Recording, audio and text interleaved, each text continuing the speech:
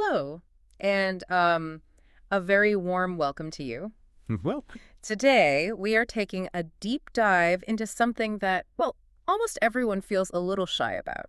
We are talking about the first date. yes, the first date. We are going to explore how to feel safe and how to feel happy when you meet someone new. And before we start, if you like our cozy lessons, please subscribe, hit the like button, and click the bell. It helps our small community grow. It's okay to feel nervous. We understand how you feel. Let's look at this together. We really do understand. Meeting a stranger can feel, well, it can feel like climbing a very tall mountain, but you do not have to climb it alone. We are sitting right here with you. Yes, right beside you. It is perfectly normal to have a fast heartbeat when you think about going on a date. Your hands might feel a little cold. Right, your stomach might feel strange, like there are butterflies inside. Exactly. And today we are going to explain gently why your body does that. We have some wonderful science to share, but we will keep it very simple. Very simple and very soft. We want you to feel relaxed. So let us start by looking at the big picture. The big picture. Before we worry about what clothes to wear or what to say, let us simply ask, what actually is a date? That's a very good question. The word date can sound, well, very serious. Yes, it sounds like a big test.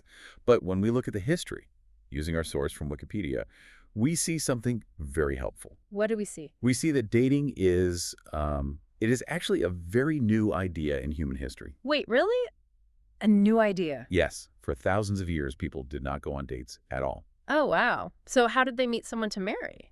Well, hundreds of years ago, marriage was mostly about survival. It was about sharing a farm or, sharing money. Ah, I see. So families arranged everything. A mother or a father would pick a partner for their child. The young people did not really have a choice. They just followed the rules of the family. There was no romance. Right. No cafes, no nervous talking over coffee. Yeah. Then, maybe 200 years ago, things changed just a tiny bit. How did they change? A young man might visit a young woman, but they sat in her family's living room. The mother was always there reading a book. Oh, yes. That sounds very controlled. Very controlled. Mm. But then cities grew bigger. People moved into tiny apartments to work in factories. They did not have big family rooms anymore. Exactly. So to spend time together, they had to go out. They went out to the city, to restaurants or dances. And when you go out, you have to spend money. Right. And that is how the modern date started. It became a big event, a performance. And that is why it still feels so stressful today. We carry that old history with us. We feel like we have to perform. Yes. But today, we want to remind you that a date is simply a way for two people to see if they like spending time together. Just spending time. It does not mean you are promising to marry them. No, not at all. Sometimes it is just like making a new friend. I like to think of a date, well, I like to think of it like opening a new book. Oh, I love that. A new book. You are in a library and you see a book with a nice cover. You open it and you are just reading the first page. Just the first page? You don't have to read the whole book if you don't like it. You just quietly close it, put it back on the shelf, and you are completely safe. That is a beautiful way to see it. You are just checking to see if you want to turn the page. You are looking for something called compatibility. Compatibility. Let us explain that word softly. What does compatibility mean? Compatibility just means how well two people fit together.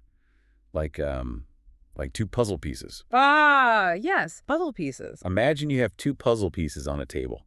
If they're compatible, they just fit together easily. They feel comfortable next to each other. You do not have to push them hard. Exactly. And if they do not fit, it does not mean the puzzle piece is bad or broken. It is a perfectly good piece. It just belongs to a different picture. I really love that. You are not a broken piece. You just need to find the shape that matches yours. Right. But today, finding that piece is a little different. The first page of the book often happens online. Yes, on the internet. And well, let's talk about how we show ourselves on the internet, because it can feel a little strange. It can feel very strange.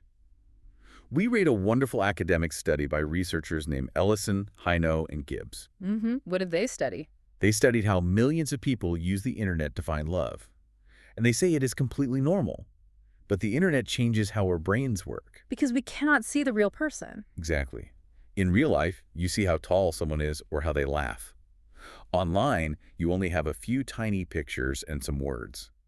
So what does the brain do when it only has tiny clues? The brain uses something called social information processing. Social information processing? That sounds complex. Let us explain it very simply. Of course. It just means that because we cannot see the person, we look very closely at tiny details.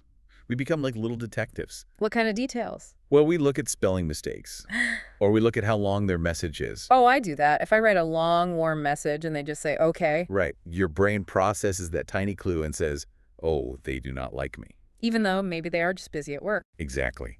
Our brains build a whole story from tiny clues. And the study shows two very interesting things people do when they write about themselves online. What are those two things? The researchers call them the ideal self and the foggy mirror. The ideal self. Let us softly explain what that means. The ideal self is the person you dream of being. It is your best self. The person you hope to be. Yes. Yeah. For example, a man might say on his internet page, I love hiking in the mountains. But, does he really hike? Well, maybe he has not hiked in 10 years. Maybe he just sits on his sofa. Is he lying to people? No, he is not trying to be a bad person. He just truly loves the idea of being a hiker. That is his dream. I see. He is sharing his hopes. And what is the foggy mirror? The foggy mirror is when we see ourselves differently than how the world sees us. Like looking in a mirror after a hot shower. Exactly. The glass is cloudy. For example, a person might say they have an average body, but their idea of average is different from yours. Right. Or someone says they are very funny, but, well, maybe their jokes are actually quite boring. Yes, they are not trying to lie. They're just looking through a foggy mirror. They truly believe they are very funny. I think we need to have a lot of empathy here. Everyone just wants to be liked. It is like taking a picture of yourself, but you stand in the very best light. Everyone wants to look their best. That is very human. It is so human. So we know how people meet online. But now let us imagine it is the day of the date. The big day. Yes. You are standing in your house, getting ready to leave, and suddenly your stomach feels nervous. The butterflies are flying. The pre-date nerves. They are very strong. Why do our bodies feel so scared just to go drink coffee with someone? Well, deep inside your brain, there's an old alarm system. It is meant to protect you from wild animals. But there are no wild animals at the cafe. Right. But the brain just sees danger because you are meeting a stranger. So it turns on the alarm. How do we turn the alarm off? A psychologist from Cambridge University, Olivia Reams, gives us 4 gentle tips to calm the nerves. Oh, I would love to hear these. What is the first tip? The first tip is, don't hold on to bad thoughts. Don't hold on to them, but sometimes my brain shouts, you will say the wrong thing. Yes, the thoughts can be loud. Yeah. But Olivia Reams says, when you have that thought, just let it float away like a cloud. Like a cloud in the sky. Don't fight it. Just watch the cloud float by and focus on breathing slowly. Slowly in and slowly out. Breathing slowly tells the brain we are safe. That is beautiful. What is the second tip? Face the fear slowly. Take very small steps. Small steps. What does that mean for a date? If going to a long dinner for 2 hours is too scary, do not do it. Just go to a cafe for 15 minutes. Just 15 minutes. Yes. Drink a cup of tea, smile, and say you have to go. It trains your brain to see that dates are safe. It gets easier next time. You are in control. I love that. Okay, what is the third tip? Do not practice the conversation in your head. Oh. But wait, isn't it good to be prepared? If I don't practice what to say, what if there is a quiet, awkward moment? We understand why you want to practice. You try to guess what they will say. Yes, I write a little script in my mind. But the other person does not have your script. They will say something different, and then you will panic. Ah, I see. My script will break. But what about the quiet moments? Quiet moments are completely okay. Right. They're just a space to rest. When it gets quiet, just take a slow breath, look at them, and gently smile. Just smile. That feels so much easier. What is the fourth tip? The fourth tip is, forget the smart rules. Like the rules for magazines. Wear this color, laugh this way. Yes.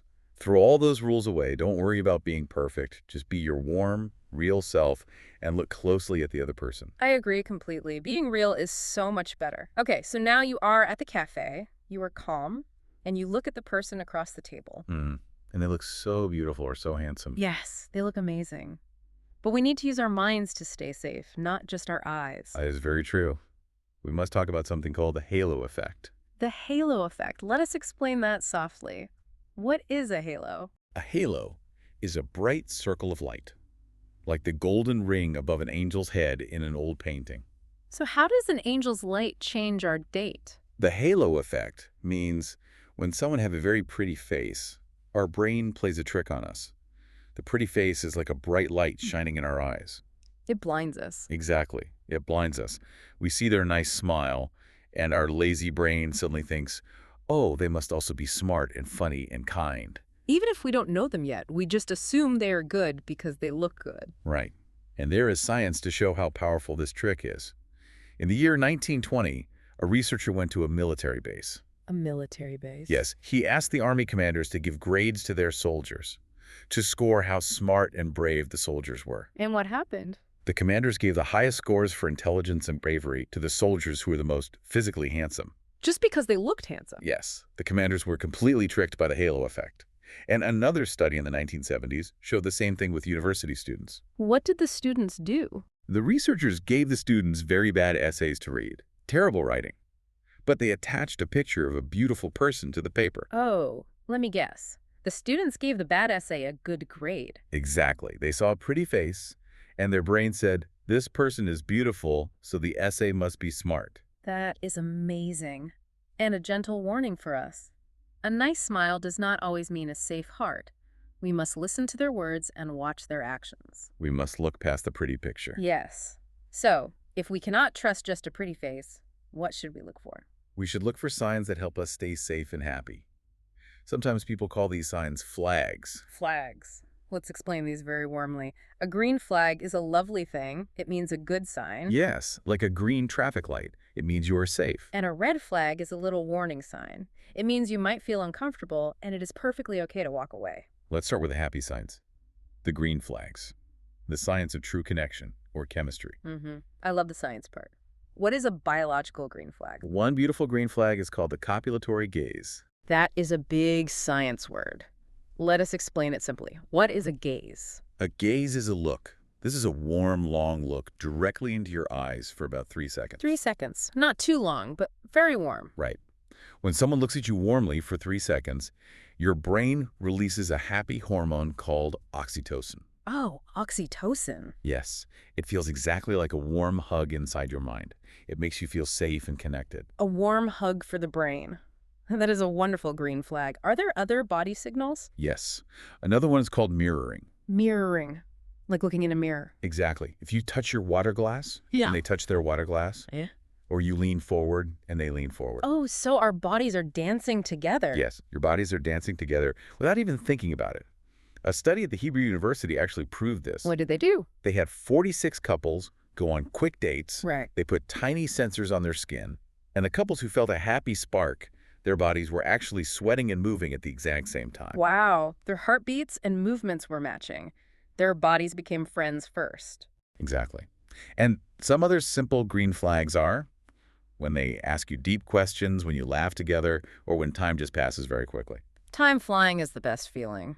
But we also need to keep ourselves safe. Let us talk about the red flags. Yes, the warning signs. We read a source about the top 10 mistakes people make on dates. Right. And these are warning signs for anyone. What is the first red flag? Being late without sending a message. Now, sometimes buses are late. Is that a bad thing? No, life happens. But a kind person will send you a quick text to say, I am so sorry I am running late. If they just show up late and say nothing, it shows they do not respect your time. I see. It is about respect. What is the next red flag? Talking only about themselves. Oh, yes. A conversation should be like playing catch with a ball. You throw it to me, I throw it back. Exactly. If they hold the ball the whole time, they just want an audience. They do not want a true partner. You deserve more than that. Okay, what about money? That is another red flag. Trying to buy your love by talking constantly about how much money they have or how expensive their car is, Why is that a warning sign? because they are trying to put a halo over themselves with money. True love is built on kindness, not on expensive watches. That is so true. Here's another one. Saying mean things about people they used to date. Yes. If they sit down and immediately call their past partners crazy or terrible, you must be careful. Because maybe they are the one creating the problems. Right. And if they talk badly about others, they might talk badly about you one day. Oh, definitely. And what about looking at their phone all the time? That is deeply disrespectful. The person right in front of them should be the most important thing. I agree. Now, there is one red flag that is the most crucial point, Yes, the most important one.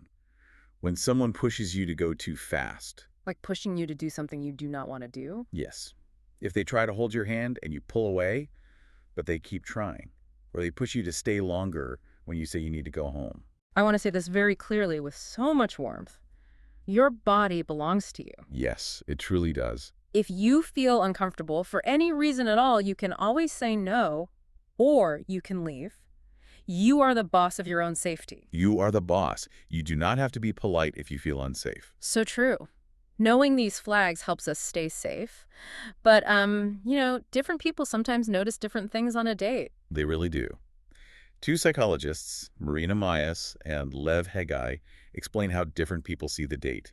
Let us start with clothes. We worry so much about clothes. Yeah, some people use perfect clothes like a shield to protect themselves, but they feel stiff and uncomfortable. And what does the other person notice? The other person might not even notice the exact clothes you are wearing. They will just feel the calm and happy energy you bring. So wear what makes you feel comfortable. If you feel soft and safe, your energy will be beautiful. Exactly. Now, what about conversations? Some people listen to the tiny facts and details of your stories, Right, like gathering data. but other people just listen to the music of your voice. The music of the voice. I love that. They listen to see if they feel warm and safe around you. Yes, they listen to the emotion. So you do not need perfect words. You just need a kind voice. And what about how people see the future? Some people meet you and want to plan a whole life together on day one. They want to plan marriage and houses. Oh, that feels very fast. It is often because they feel anxious. Yeah. They want to control the future. Mm. But it is so much better to just live in the here and now. Enjoy the coffee. Enjoy the moment. You do not have to figure out your whole life today. Just breathe and be present. So let us imagine the date is going beautifully. You see green flags. You feel safe.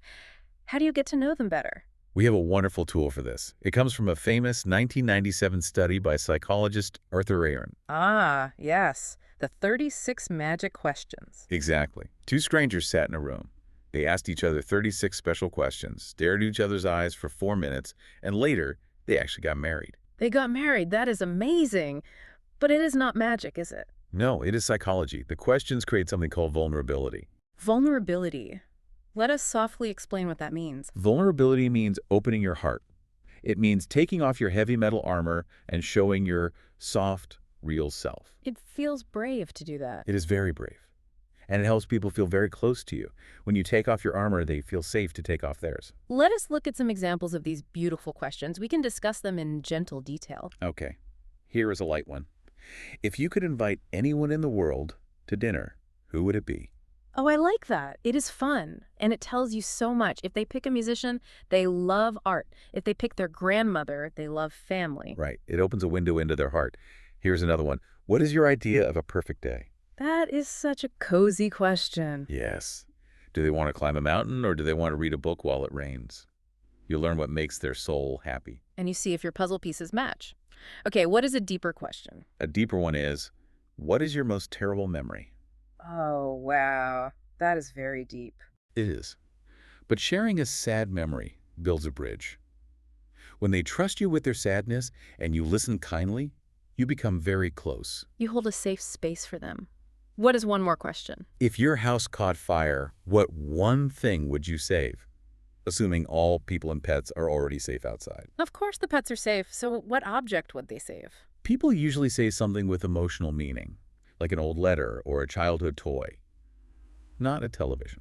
It shows you what they truly value in life. Yes, it is so beautiful. It is not magic. It is just giving people a safe space to share their true feelings. And, you can try asking just one of these questions on your next date. Just one is enough to start a beautiful connection. We have covered so much today, and I know you have a final, lovely thought for us to end on. Yes, the psychologist Lev Hegai says something wonderful. A first date isn't really about finding the perfect partner right away. It isn't. What is it about? It is actually a meeting with yourself. Oh, a meeting with yourself? Yes. The date shows you your own hopes. It Yeah. shows you your own patience, your own beauty, and your own lovely heart. You get to see how much love you have to give. Exactly. So every date is a beautiful step in learning about yourself. You are doing great. Tell us in the comments what makes you feel safe on a date. We would love to hear from you. Thank you for being here with us. Remember, you are a wonderful, beautiful puzzle piece, exactly as you are. Be kind to yourself today. Goodbye. Goodbye, and take care.